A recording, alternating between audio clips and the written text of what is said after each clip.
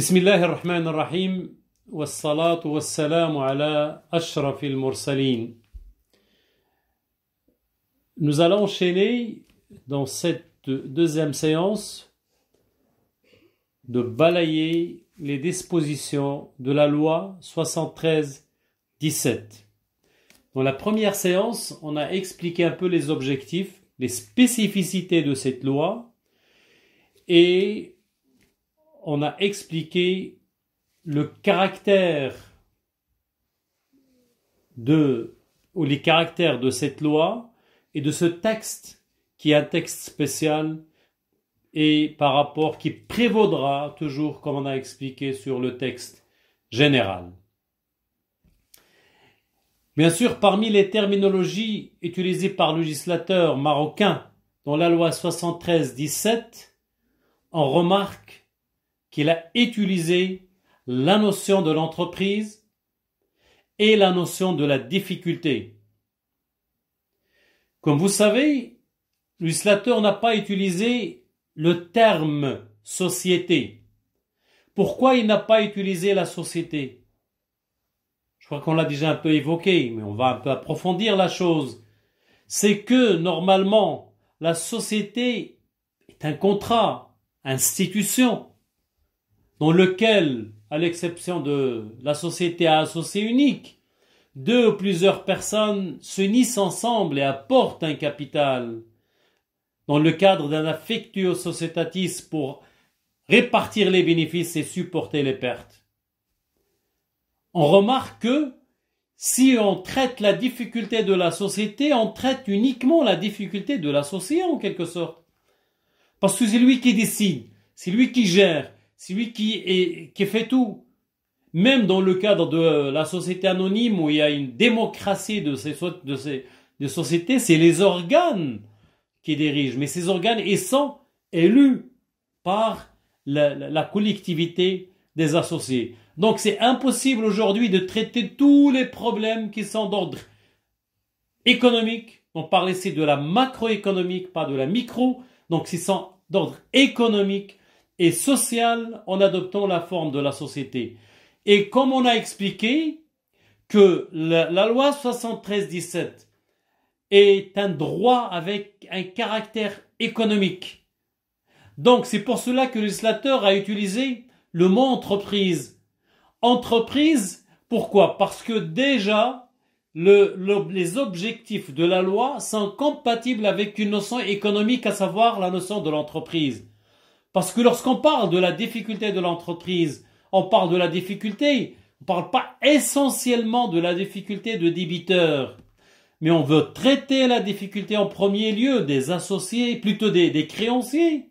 On veut trouver une solution aux salariés, on veut trouver une solution aux partenaires, aux alliés de l'entreprise, à savoir les contractants. Donc, impossible de trouver une solution avec des lois qui ont un caractère économique, avec des notions qui sont purement juridiques. Donc c'est pour cela que le législateur a utilisé le mot entreprise. Aussi que des fois nous aurons besoin de cette notion. Demain, si on arrive à la liquidation judiciaire et on veut céder une branche complète et autonome dans le cadre de la liquidation judiciaire en adoptant le plan de cession, elle est possible avec la notion d'entreprise. Parce qu'une société peut comprendre plusieurs entreprises. Mais si on adopte la société, on ne peut pas céder une partie de la société, sauf si on le fait dans le cadre des parts sociales ou des actions en fonction de la forme de la société. Donc la continuité de l'exploitation, la cession partielle, la liquidation avec une cession avec une liquidation, un plan de continuation avec une liquidation, ça veut dire on peut scinder la société en plusieurs entreprises et maintenir l'entreprise ou la branche qui est fiable et liquider bien sûr les canards boiteux pour assainir l'économie. Et c'est pas une nouveauté dans le sens nouveauté à 100% parce que déjà le législateur a adopté cette notion dans le cadre du Code du travail. Parce que dans le Code du travail, on raisonne établissement, on raisonne entreprise, on ne raisonne pas société, bien sûr, à 100%. Deuxième aspect, c'est la notion de la difficulté. Mais avant de de passer à la notion de la difficulté, je tiens à préciser que cette finalité économique de l'entreprise, pourquoi c'est une notion purement économique, c'est pas une notion juridique, parce que elle est créée, l'entreprise normalement, elle est créée pour produire des biens ou de services de manière permanente. L'entreprise aussi, et ses dirigeants, les dirigeants de l'entreprise, ils ont une finalité de faire vivre le groupe humain qui constitue l'entreprise. Donc ils doivent faire vivre ce groupe humain qui constitue l'entreprise. Et la crise de toute entreprise par rapport à la loi, par rapport à la philosophie du législateur, c'est une communauté déstabilisée. Communauté déstabilisée, ça veut dire on parle dans cette communauté des créanciers, des salariés, du fisc, de la CNSS, de tous les partenaires de l'entreprise. Alors le monde de l'entreprise en difficulté est un monde particulier. C'est un monde particulier. C'est pour cela qu'on a adopté cette notion. D'un seul coup, les règles de jeu ne sont plus les mêmes. Le fait que le chef d'entreprise déclare sa cessation des paiements, c'est fini. Il y a un régime judiciaire. Le fait qu'un chef d'entreprise opte pour une solution à l'amiable, qui est un peu discrète, confidentielle, les règles de jeu changent. Donc, un simple acte, bien sûr, produit des règles de jeu qui ne sont plus les mêmes. Alors, à partir de ces actes, il y a un changement radical de l'environnement de l'entreprise. Ce changement peut se caractériser par la révocation judiciaire de gérants, par l'intervention d'autres organes qui vont assister ou contrôler le gérant en cas de plan de continuation dans le cadre de la continuité de l'exploitation. Et le chef d'entreprise risque de perdre la maîtrise de la gestion ou de tissu relationnel. Il risque de perdre la maîtrise de son tissu relationnel. Il risque de perdre la maîtrise de la gestion et les commandes de la gestion de son entreprise. Alors les intervenants, il y a des intervenants extérieurs qui vont intervenir pour décider pour lui. À savoir, on parle de tribunal, on parle de juge-commissaire, on parle du syndic, on parle d'autres organes qui peuvent intervenir pour décider, à savoir le comité des créanciers. Alors, l'entreprise devient d'un seul coup une marchandise qui se traite, une marchandise qui s'achète, une marchandise qui se vend. Donc on peut acheter une entreprise en difficulté, on peut la céder, comme on peut la vendre. Faut-il avoir, là c'est la question qu'on doit se poser, faut-il avoir peur d'un mort ou d'une mort qui ne fait pas mourir? C'est la mort de l'entreprise mais qui ne fait pas mourir. Ça veut dire on est là en face d'une situation qui nécessite de ressusciter cette entreprise à travers les organes qui interviennent. Donc le challenge de la loi 73-17 en quelque sorte, c'est quoi? C'est comment créer autour de l'entreprise qui rend public ses difficultés, et c'est pas évident.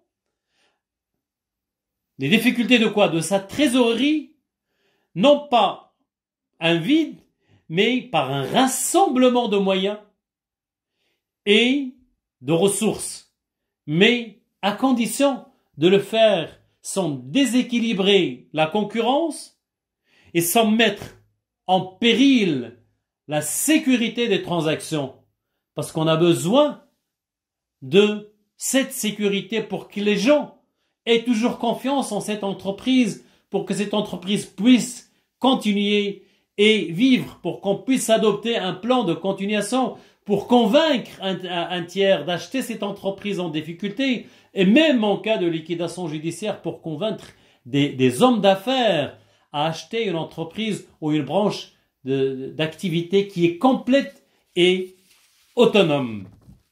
Alors l'esprit de la loi 73-17 est de faire du tribunal moins un lieu de sanction qu'un lieu d'accompagnement de l'entreprise. Donc le rôle du tribunal, c'est l'accompagnement. C'est pour cela que j'ai toujours le dirigisme, le parapluie de juge-commissaire. Il accompagne le chef d'entreprise, il accompagne les organes. Et le but, c'est d'arriver à ressusciter, à redresser l'entreprise en difficulté. Ainsi, la loi 73-17 se compose de 2 procédures de résolution confidentielles, à savoir la conciliation et le mandat ad hoc, et de 2 procédures publiques, la sauvegarde et le redressement judiciaire, à savoir le plan de continuation et le plan de cession, et bien sûr l'opération chirurgicale finale et la liquidation judiciaire. Alors en quelque sorte, les principales victimes, en général, en sont les créanciers et les salariés qui font les frais. Donc ceux qui paient les pots cassés aujourd'hui, c'est les créanciers et les salariés. Parce que c'est eux qui supportent le taux le plus élevé des sacrifices accordés à l'entreprise en difficulté. Alors soit, bien sûr, ils font les frais, soit par une cause de disparition d'activité.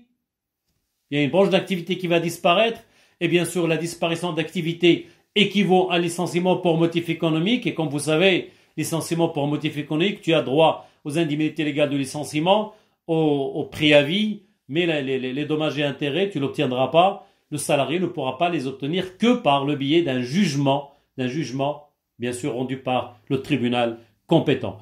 Soit généralement par une restructuration qui est brutale.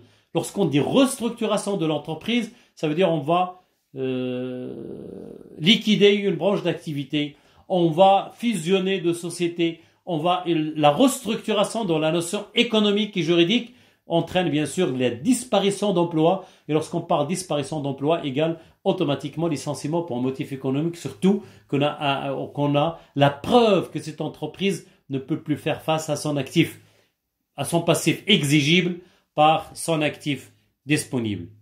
Alors le redressement judiciaire entraîne une restructuration de l'entreprise et même une modification dans la personne juridique de l'entreprise. Et comme vous savez, modification, s'il est complète, on applique l'article 19 du Code du travail, les contrats subsistent avec le nouvel employeur.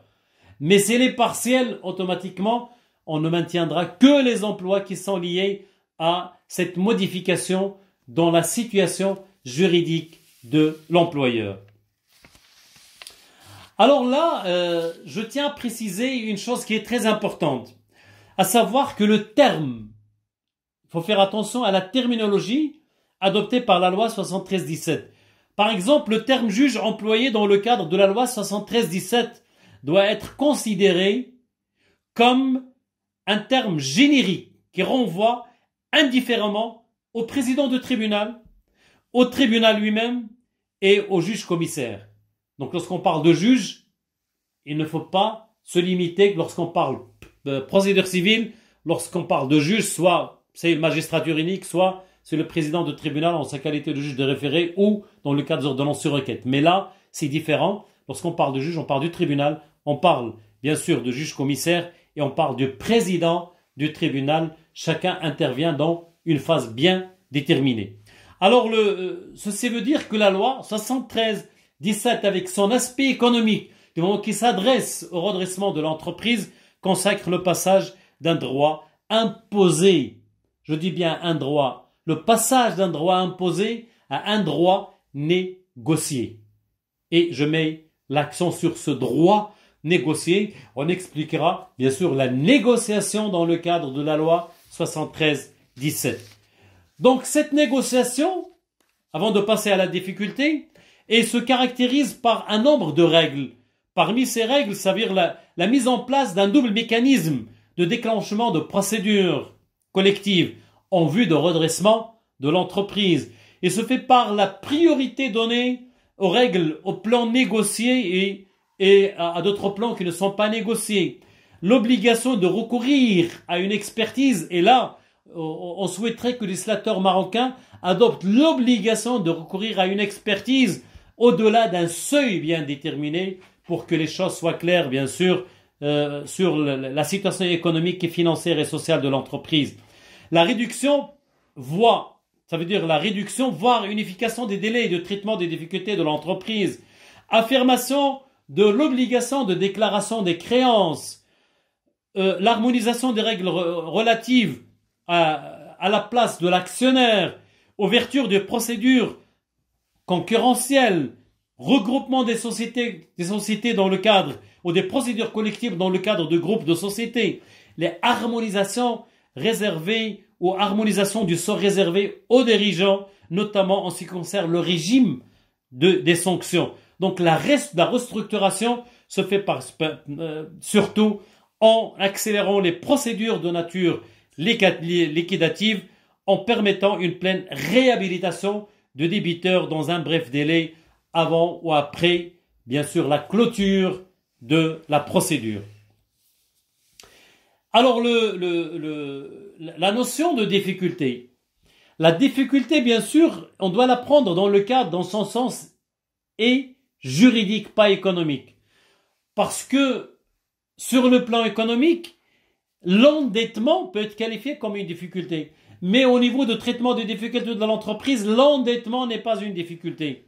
Et là, le législateur a adopté 4 phases de la difficulté. Et pour chaque difficulté, stade de difficulté, il y a une procédure. La première phase, c'est lorsqu'il s'agit de faits, de nature à compromettre la continuité de l'exploitation. Les problèmes peuvent être d'ordre juridique, d'ordre financier, d'ordre structurel. Alors, là, bien sûr, la procédure ne peut être qu'à l'amiable parce que c'est des faits de nature à compromettre la continuité de l'exploitation. L'alerte ou le règlement amiable. Là, l'entreprise est saine, il n'est pas encore en difficulté, mais quand même, elle est soumise à des procédures de traitement bien déterminées. La deuxième phase, c'est lorsqu'il y a une crainte de chef d'entreprise de tomber sous le coup de la cessation de paiement sans être en l'état actuel dans une situation de cessation de paiement. Bien sûr, là, le législateur a accordé la procédure d'anticipation de la solution par le biais de plans de sauvegarde. Ce plan de sauvegarde qui accorde au chef d'entreprise une chance d'agir et d'anticiper la difficulté avant d'arriver au stade de la cessation des paiements. Le troisième stade de la difficulté, c'est lorsque l'entreprise est en état de cessation des paiements. L'état de la cessation des paiements, comme il a été défini par la Cour de cassation, par l'ex-Cour suprême et aussi aujourd'hui par la Cour de cassation marocaine, la Cour de cassation française, c'est lorsque le chef d'entreprise n'arrive pas à faire face à son passif exigible par son actif disponible. Donc on parle de passif exigible et plutôt de passif exigible et de l'actif disponible. S'il n'arrive pas, donc ça veut dire que le chef d'entreprise n'est plus en mesure de payer. Ce n'est pas qu'il ne veut pas payer. Parce que s'il ne veut pas payer, on peut procéder à recouvrement forcé de la créance. Mais s'il n'arrive pas à payer, à partir de là, on peut bien sûr demander l'ouverture d'une procédure de redressement judiciaire. Et bien sûr, la créance doit être exigible, liquide, certaine, non contestée et exigée. Donc exigible et exigée. Le passif, bien sûr, l'actif disponible, c'est l'actif, la notion d'actif. C'est pas une notion comptable, c'est une notion juridique. Ça veut dire l'ensemble des éléments, des biens de l'entreprise qu'on peut traduire en argent, soit dans les médias, soit bien sûr à moyen terme. Donc la disponibilité de l'actif et l'exigibilité du passif et la balance entre les deux qui détermine est-ce que l'entreprise est en état de cessation des paiements ou pas. Si c'est le cas, la solution c'est le redressement judiciaire à travers un plan de cession présenté par une tierce personne ou un plan de continuation qui doit être présenté par le chef de l'entreprise. La dernière difficulté, c'est lorsque l'entreprise est dans une situation irrémédiablement compromise. Lorsqu'on dit irrémédiablement compromise, ça veut dire que l'entreprise est devenue un canard boiteux. L'entreprise ne peut plus continuer. L'entreprise n'a plus des moyens. Peut-être même les ressources de l'entreprise, l'actif de l'entreprise, tout ce qu'il a, risque d'être même absorbé par les frais de procédure. À partir de là, la solution, c'est la liquidation judiciaire. La liquidation judiciaire, c'est l'opération chirurgicale.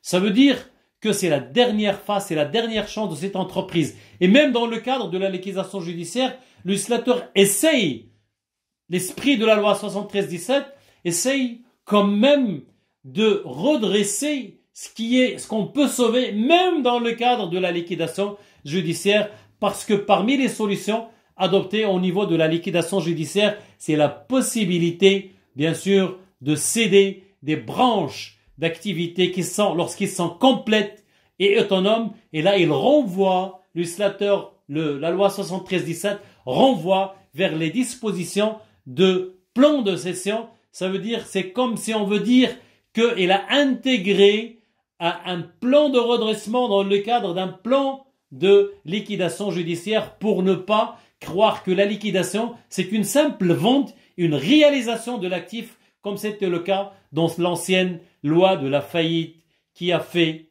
faillite. Je vous remercie.